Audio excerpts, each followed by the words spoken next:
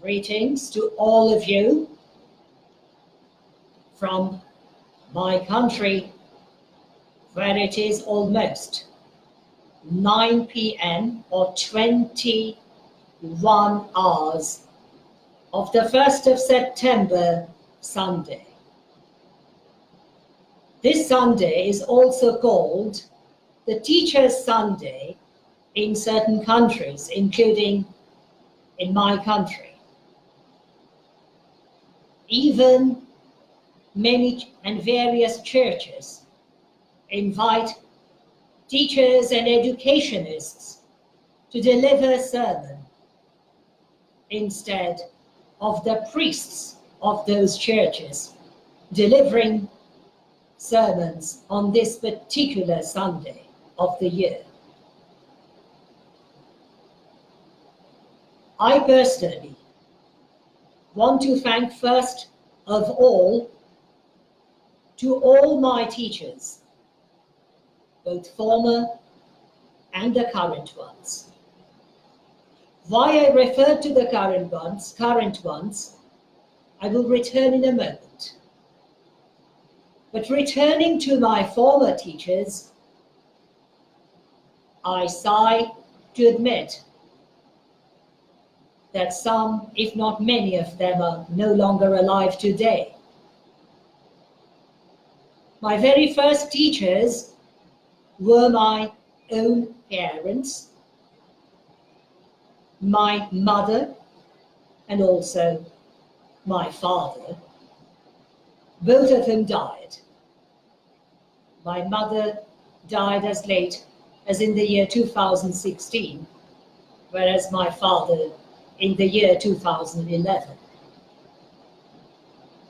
Many of my school teachers and tutors are also no longer alive. I attended schools here in India. I attended schools and colleges abroad. I had teachers who were native teachers from this country. I had teachers who were from various other countries, including the Western ones. Even if some of them are no longer alive, their children are deemed to be alive even this day, at this very moment. And addressing to these children of theirs, my most respected viewers and listeners, I want to say I remain grateful to your late parents who taught me much in my life, and indeed who taught me many and various important lessons of life. I was not a brilliant student. On the contrary,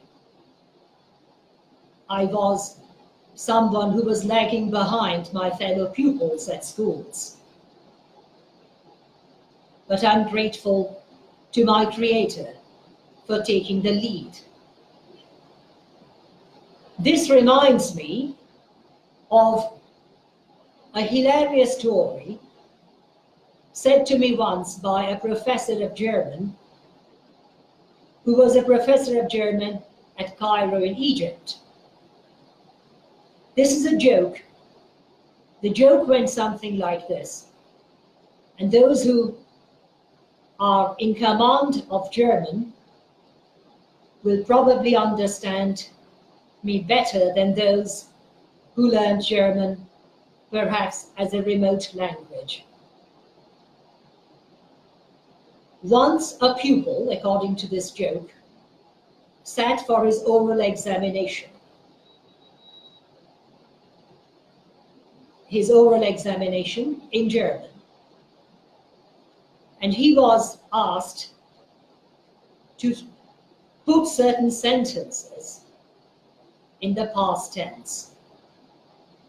And the examiner asked him, saying, and permit me to say this first in German and then translate the same sentence into English. The teacher said, Herr Schüler, Sie haben doch Deutsch gelernt. Bitte setzen Sie den folgenden Satz in die Vergangenheit. Ja, Herr Lehrer, said the pupil. Der Mensch denkt und Gott lenkt, which is translated to be, the man thinks and God steers. In a sense, he leads our way. The teacher said, der Mensch denkt und Gott lenkt. The examiner was skillful. And the pupil, who thought he was even better skillful than the examiner, said, Herr Prüfer, Herr Lehrer, es ist doch ganz einfach. Der Mensch dachte und Gott lachte, which is translated to be, the man thought and God laughed. So it was in my life.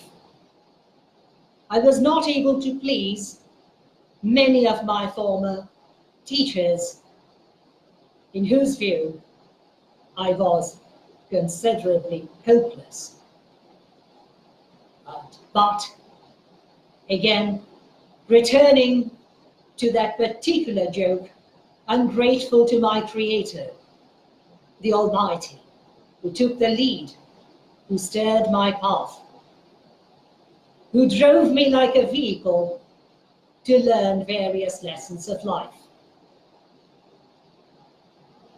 The reason I chose this evening to address you, my most respected, beloved, and learned friends, is simply because I happen to be professionally also an educationist, as also witnessed by my profiles found on this page, Facebook, as well as on other pages and sites of the internet, and no doubt on my curriculum VT, CV or biodata as it is also called in this country. But being an educationist or a teacher is definitely not an easy task. It requires a lot of patience. It requires sound morals. A teacher cannot train a pupil properly unless he or she is aware of morality and follows the paths of morality as a whole. A teacher ought to know that he or she is there for the very pupil, and I'm saying this in singular, because every single pupil of his or hers is decisively important, and it ought to be so in his or her life. I keep telling my students at Calcutta University, when I teach them, that even if there were 100 students in the classroom, or as it is called, in the lecture hall, who were attentive, regular, hardworking, sincere, and if one of them failed, the failure would be mine, because I failed to comprehend the standard of that particular pupil of mine, that particular student of the group, that particular student of the university. We teachers have a very difficult task, but a task which we ourselves have to tackle. We have to understand, indeed first ascertain, how we can help each and every pupil of ours individually and collectively in the group without allowing anyone to lag behind. I once heard a sermon in which a very well-known preacher, known as Pastor Joel Osteen, I am wrong in pronouncing his name. I apologize in anticipation. I call him Pastor Joe, said something like this, although I cannot recall the exact names of those individuals to whom he referred. He said, during the Second World War, when the so-called Alliance troops invaded a part of the European continent, they were beaten back by the regimes, the dictatorial regimes, at a very first stage.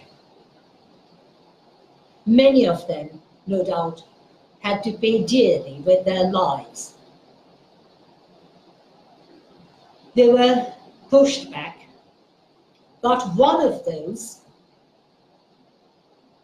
missed his friend, whom he thought might still be alive.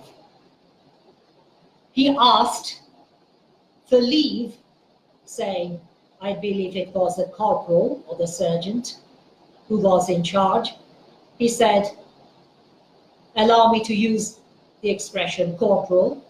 Corporal, sir, I crave leave to go looking for my friend, John.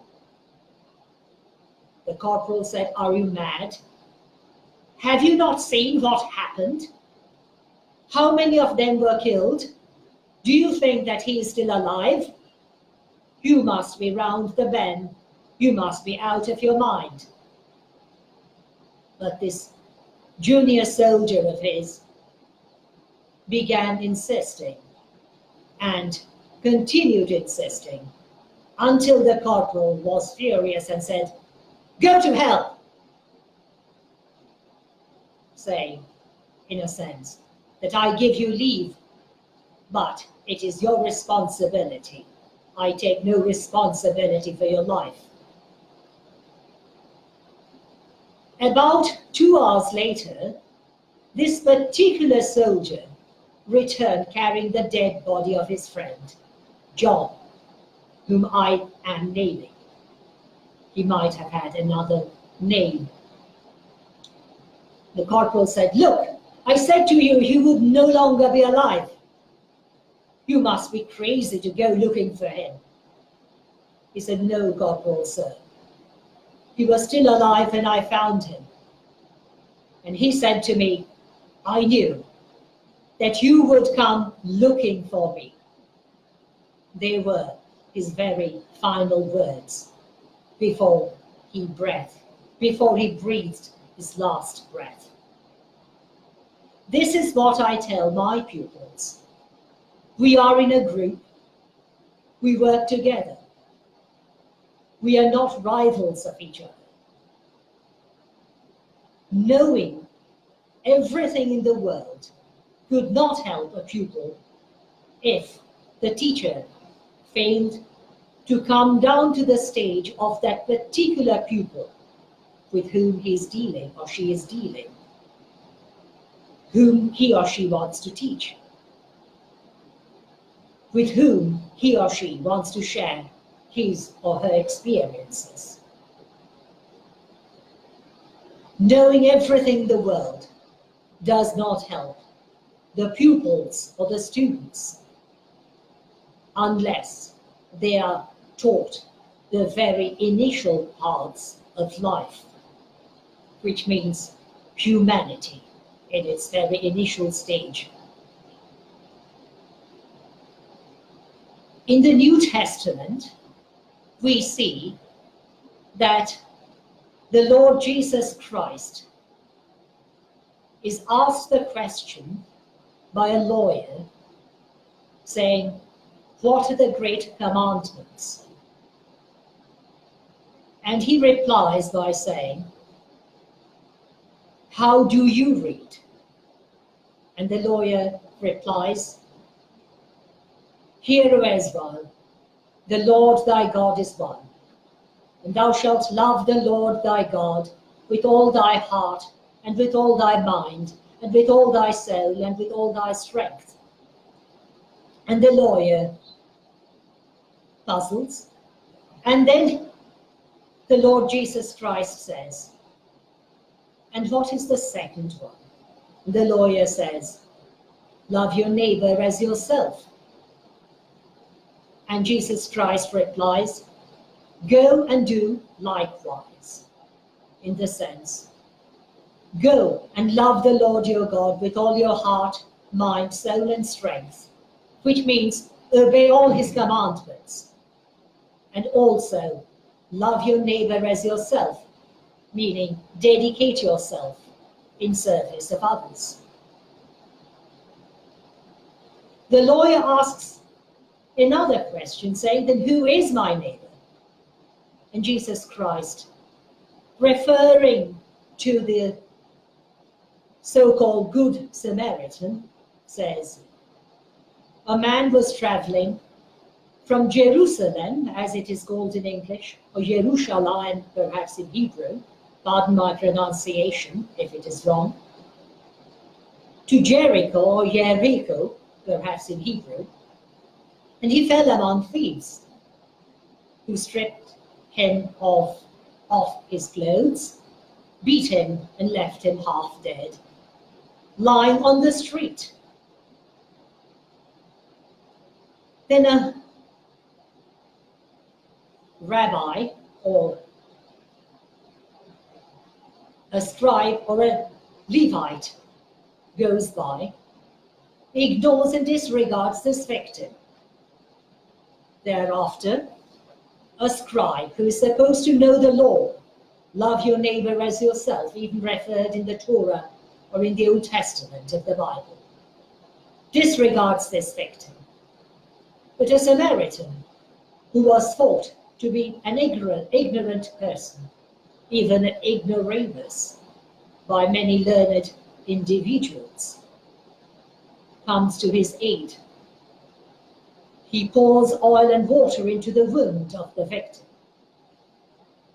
carries him on his own donkey or ass into an inn, pays the price for the treatment, and tells the innkeeper to take good care of him, assuring him that on the following day when he returns, he would pay back if more were indebted to the innkeeper. This is exactly what the teaching is about. Both the Levitical priest and the scribe knew the law, the doctrines. They were learned individuals. But it was the Samaritan who was considered to be an ignorant person, an ignoramus, who comes to the aid of the victim. That is what exactly teaching is about. We should not sit back and allow the victims to suffer. It is our duty as human beings to come to their aid. Whether they're young children, young babies sold into slavery or into immorality, or women who are being trafficked from one country to another and sold into slavery, or men who are trafficked and being sold into slavery, illegally, no doubt. It is our duty to speak out against fanaticism, against dictators who believe they are in command of the universe. It is our duty to stand up, stand out if necessary, and speak out, and speak up, no doubt, on behalf of those who cannot stand up and speak out on their own. It is our duty as human beings to battle against all kinds of wrong. Recently, I was drawn to the fact, my attention was drawn to the fact that a little girl of only 8 years of age in a certain country was given in marriage to an elderly person, and on the same night, the girl suffering physically. Forgive me for not mentioning everything in detail, respecting the lady viewers of this video. This little girl, died. Yes, while I refer this, tears are also coming into my eyes. They tear me apart. But we need to speak out against such injustice. There's a phrase, old phrase, that Rome was not built in a day. The Roman Empire became one of the most outstanding empires of the world, lasting for about 1,000 years, stretching from one part of Europe to another, even to Africa and parts of Asia. That phrase has a meaning even today, even though the Roman Empire does not exist in that sense. We need to build our fellow citizens of the world, the global citizens, to do the good thing. We need to convince them that good deeds bring good fruits for all, even for their next generations. Sitting back and doing nothing can not help solving problems. We need to do something good, however little that may be, however little our ability may be. As I mentioned earlier, many of my teachers, and no doubt many of my fellow pupils at various places, thought that I was hopeless. But I did not give in to their discouragement, if I may use the expression in speech marks or inverted commas. On the contrary, I wanted to pursue my goal, and by God's grace, if I may add. Today, I learned something even a little bit. I do not venture to say I'm collecting pebbles, because that would be too grave an impertinence on my part. A sentence that was used by a great scientist, namely Isaac Newton. I'm far from that ocean, far from that sea. But I try even to move towards the beach of that seashore or that ocean or sea, hoping that someday I shall be able to view that sea. But returning to our morality of teaching, permit me to add that each of us is a teacher, whether we teach our children, whether we teach our neighbors, whether we teach even those who come to our aid. I said earlier, even my current teachers, because I learn each new thing, every new thing that can come to my path every single day from people. At the age of 17, I learned to ride the bicycle by younger mates of mine who were patient enough to teach me. No doubt they were my teachers, and I remain grateful to them. At the age of 20, I learned to swim, taught by very young boys who taught me to swim. They swam along with me. So they were my teachers, and I remain grateful to them. I remain grateful to my critics because they teach me every day something new by correcting my errors. With the exception of my Creator, I venture to add, none of us is infallible. I venture not to say nobody is perfect and my name is nobody. No, I venture not to say that. I say I am fallible, I make mistakes, but by the grace of my Creator, I learn from those mistakes. And I hope that my fellow citizens of the world will learn from their own mistakes, from their own errors, and will teach others not to fall into the same errors. Gently, in patience, not impatience, very, very slowly if necessary, remembering that we are in a team in the whole world. All of us work together. And working for good solutions, we can solve many problems. Late Mother Teresa, currently known as Saint Teresa, was a teacher. But her best teaching was teaching us humanity, even in this city of Calcutta, from where I'm speaking to all of you live at this very moment, on this very evening, while thanking all of you most cordially and most respectfully for watching this video, whether live at this very moment or later at some stage, even at your convenience. Thank you once again. God bless. Wish you a very blissful, happy, and successful month of September.